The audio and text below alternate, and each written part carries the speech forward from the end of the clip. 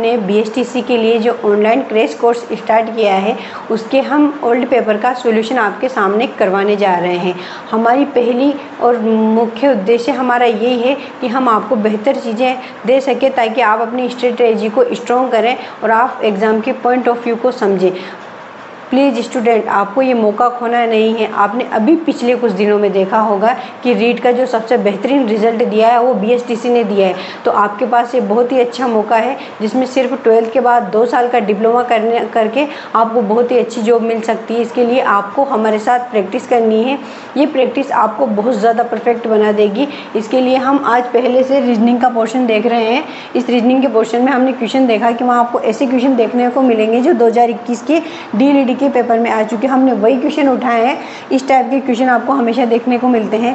ABCDE 5 भाई है।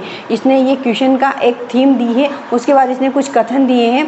इन कथनों के अकॉर्डिंग क्वेश्चन को करने के लिए हमें इनको साथ में राइट करते हुए जाना है। इसमें पहला कथन है A B से उम्र में 2 गुना है। A B से उम्र में 2 गुना, तो हमें जो बड़ा है उसे ऊपर लिखना है। अब ये कह रहा है A B से उम्र में 2 गुना है, तो B क्या है, छोटा है, उसको हम नीचे लिखते हैं। इसके बाद ये दूसरा क्वेश्चन कह रहा है कि C B से उम्र में आधा है, तो C और छोटा होता है B से, उससे नीचे लिखना है। इसके बाद इसका थर्ड कथन कह रहा है कि A E से आधा है। A क्या है, E से आधा, तो E सबसे ऊपर होगा और E इस जगह पे होगा क्योंकि A E से आधा है। और इसका फोर्थ कह रहा है कि C D से 2 गुना है। C क्या है, D से 2 गुना, तो D नीचे आएगा और उसका 2 गुना क्या रहेगा, C ये सबसे ऊपर रहेगा। तो इस टाइप से हमें इसको जमाना है। अब हम क्वेश्चन देखते हैं। इसका पहला क्वेश्चन कह रहा है कि A किससे छोटा है, तो हम इस फ्लो चार्ट को देखते हैं तो इसमें दिखाई दे रहा है कि A सिर्फ E से छोटा है, तो हमें यही क्वेश्चन का आंसर करना है। A क्या है, केवल E से छोटा है, केवल E से।